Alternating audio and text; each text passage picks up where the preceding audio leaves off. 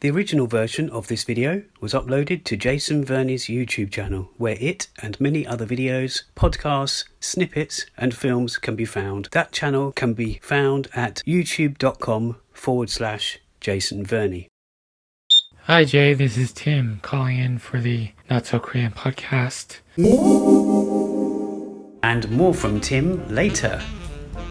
So, remember episode 37 when I said this? A little introduction to what this NoSoLOKoPo would be. The Not So Long Korean podcast. Instead of the Not So Korean podcast, but it is still the Not So Korean podcast. It's just a shorter version. And this is not going to change the podcast series. It just means that in between those longer episodes, we would also have these other ones.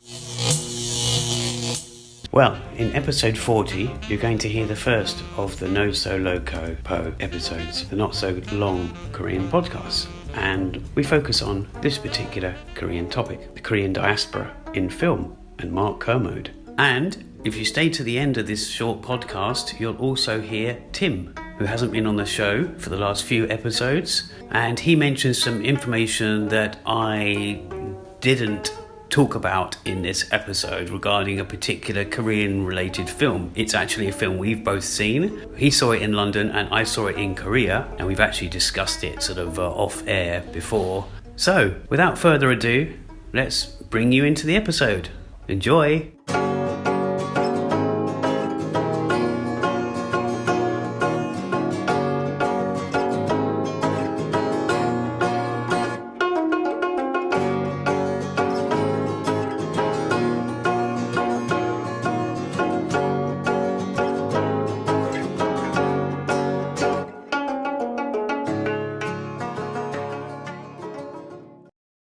This is the Not So Korean podcast. I am Jason Verney. As you probably know, and as we always say, we usually record this live in UK's Koreatown itself. That's an area in and around New Malden.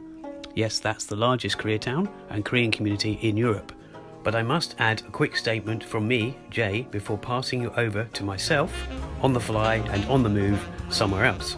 Enjoy.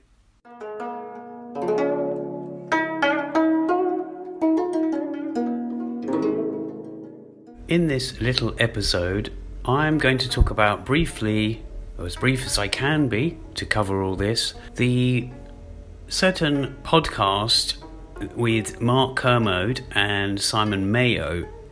They are, let's say, they're a podcast duo, but they're more than that in the UK. Mark Kermode is, first of all, he's the most loved film critic in the UK, and Simon Mayo, they both had a history in radio, TV and all sorts, and they used to have a program on the BBC, and now they have their own program, their own show, their own podcast. They have a massive following, but it's called Kermode and Mayo's Take. It's a very good and entertaining discussion that's always had between the two, or it's a review by Mark Kermode, and always interviews as well with Simon Mayo, and it's very good. Anyway, on the 29th of December, they published an episode or part of their show on YouTube, and I've actually included on my website a link to that, but I'm just going to talk briefly about this.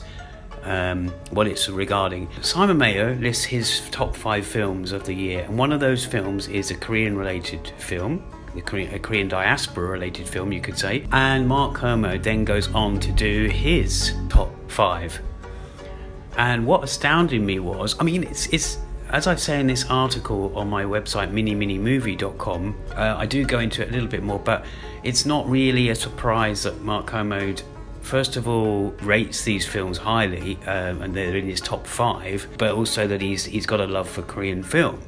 He's got a love for many different genres, different international films, and a varied choice, a varied selection of films that he loves and he's an expert in. So what he was doing was he was running down those 5.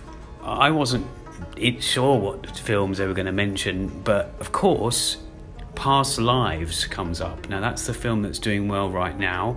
I say right now it's even if it's not playing in any sort of cinemas or theatres in certain places, or it's in the charts on sort of, let's say, purchasable, downloadable streaming films online. And I'm sure you've heard of Past Lives. If you haven't, I highly recommend it. I won't go into it too much here. And Return to Seoul, which was Retour de Seoul. And if you've heard our previous podcasts, there was a 2-part episode where we spoke to a Korean adoptee, Alina, and she reviewed the film Return to Seoul, a French-made film by a Cambodian-French director. And so that was about adoption, but it's a Korean diaspora-related film. Some people say it's a diaspora-related film. It's an adoption-related film, but it nonetheless it is Korean-related. And so that was in his top 5. But Past Lives, which I just mentioned, actually is his number 1 choice.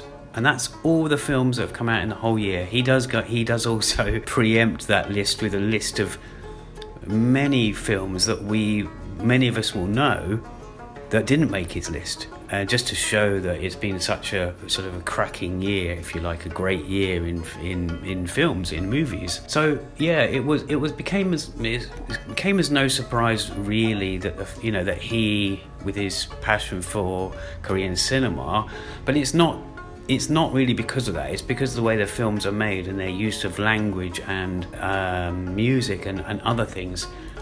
So what I've done is I've put together, as I say, a small article on my website. My website is miniminimovie.com. I've had this website for about, 12, 13 years. It's 90% Korean related. When I started it, it was Japanese film, Hong Kong film, Korean of course, and even non-Asian film. But there's a heavy leaning towards Korean film, including the London Korean Film Festival. I've been a sort of, not an ambassador, but I've been I had a press pass for that over the years, and there's lots of articles, there's lots of interviews as well with Korean actors, Korean directors, and Japanese, there's a few as well. And also in this article that you can find on miniminimovie.com, I've supplied links to Mark Kermode's reviews of some of his other films, other Korean films. Amongst those, there's Sympathy for Mr. Vengeance, Lady Vengeance, as you know, that's in the Vengeance trilogy, which is a trilogy made up with Oldboy as well. So there's those 2. There's also a link to The Handmaiden, Okja, Minari. Of course, that's not solely Korean, but it's a Korean-related film. And Parasite. And I must say at this time as well, talking about Parasite, I put at the end of this article a little dedication to the very well-known actor in Korean cinema and Korean TV, Lee Sun-kyung, but he's very well-known, and it's a loss. It was only, I think he died 2 days before that, the good news of Mark Kermode's Korean-rated films, the highly related top 5 films that include 2 Korean-related films. So it's been, as I mentioned in that article, there's been a very sad end to December with the passing of Lee Sun-kyung, but also from my point of view, and I don't know if this went under the radar by a lot of people in the Korean sort of community, or Korean film cineasts, or let's say Koreanists, those fanatical about Korea. But yeah, Mark Kermode's recent sort of New Year, top 5 films were that. Talking about the death of Lee Sun-kyung, I also put on miniminimovie.com a small article, a short article sort of dedicated to his life, and the article is really dedicated to him. I've literally just named it, his name, Lee Sun-kyun, with the date of his date of birth and date of death. There's also, as I say, there's a London Korean Film Festival news. There's a filmmaking podcast that I do, which has its own sort of space on the internet, but I feed it into Mini Movie. And even some of these not so Korean podcasts, I feed into it. And in fact, if you go to sorry if this sounds like a promotion for minimovie.com, but even on the home page at the very top, depending on how you on your browser, there is a link to the Spotify version of Not So Korean podcasts. So that's it. That's one of these little episodes. We promised to put this kind of episode, these shorter episodes, amongst the standard long form or longer form episodes of the Not So Korean podcast. I do recommend that you, as I say, check out the article, but not just because it's my website, but because not only in that, to save you searching for the YouTube video in which Mark Kermode does give his rundown of top 5 films, there's a link to that video itself in that article. So I highly recommend it. I highly recommend you tune into them as well. They're a very entertaining duo. They've got their own sort of quirky sort of in-jokes that they do, and dad jokes, and all kinds of stuff. They're a great sort of... I often listen to their podcasts, even if I'm not likely to see the film that they're talking about. It's interesting to see their take, and it's quite surprising sometimes. Mark Kermode's reviews of films that you expect him not to like, but he does, or vice versa. And they've got a massive following. They've got their own sort of universe, you could say. People, they have names for their strands, and they're following the sort of church, I think they call it. I'm gonna leave it at that. I hope you managed to get through this. These are shorter episodes, these ones that are being interspersed with the longer episodes, and we have a lot of stuff coming your way. And in this second series, a couple of interviews lined up, which should be on their way to you very soon. So all the best. Talk to you next time. See ya. 안녕히 계세요. Hi Jay, this is Tim calling in for the Not So Korean podcast, and I apologize, my voice isn't in normal condition at the moment, but anyway, I just wanted to leave a brief message to tell you guys about Broker, which is another film that Mark Kermode briefly mentioned as being one of his honorable mentions for the year 2023, even though technically it is a 2022 film. I believe it came out in South Korea in 2022, and I also saw it in London in 2022 as part of the London Korean Film Festival. And really enjoyed it, although yes, it was released in the UK in a wider release in 2023. So if you don't know about the film, it's actually directed by a Japanese filmmaker, Hirokazu Koreeda, who's quite famous. He's done many other films like Shoplifters, and he has a new one out this coming up soon, I think, called Monster. But anyway, Broker stars Song Kang-ho, Kang Dong-won, Bae Do-na, and many other Korean actors. It was filmed in Korea, Korean story, Korean language, so it is essentially a Korean film, aside from the director and writer. Anyway, it's a beautiful film. It revolves around characters associated with baby boxes, which is a thing in Korea where mothers who don't feel they're able to take care of their children can leave their babies in a box anonymously, and then there will be somebody who will pick up the baby and take care of it. It's kind of a sad thing, but it's a really nice story, very touching drama, and I don't know if this baby box concept exists in other countries, perhaps it does.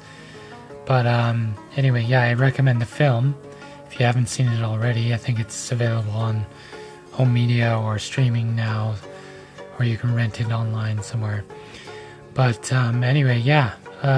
So that's another film that Mark Kermode really enjoyed, and I did as well. So yeah, hope you get to check it out. And thanks for having me on the show again, Jason. And guess we'll be talking again soon for the podcast on a more fuller or more proper episode coming soon. So yeah, cheers. Take care. Bye.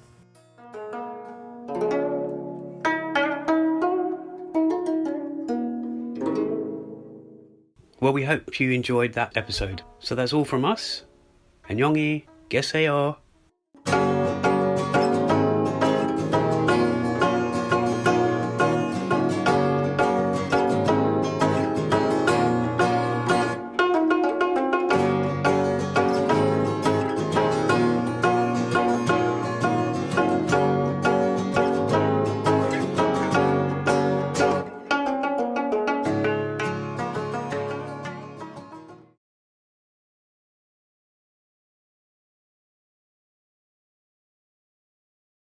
The original version of this video was uploaded to Jason Verney's YouTube channel, where it and many other videos, podcasts, snippets and films can be found. That channel can be found at youtube.com/Jason Verney.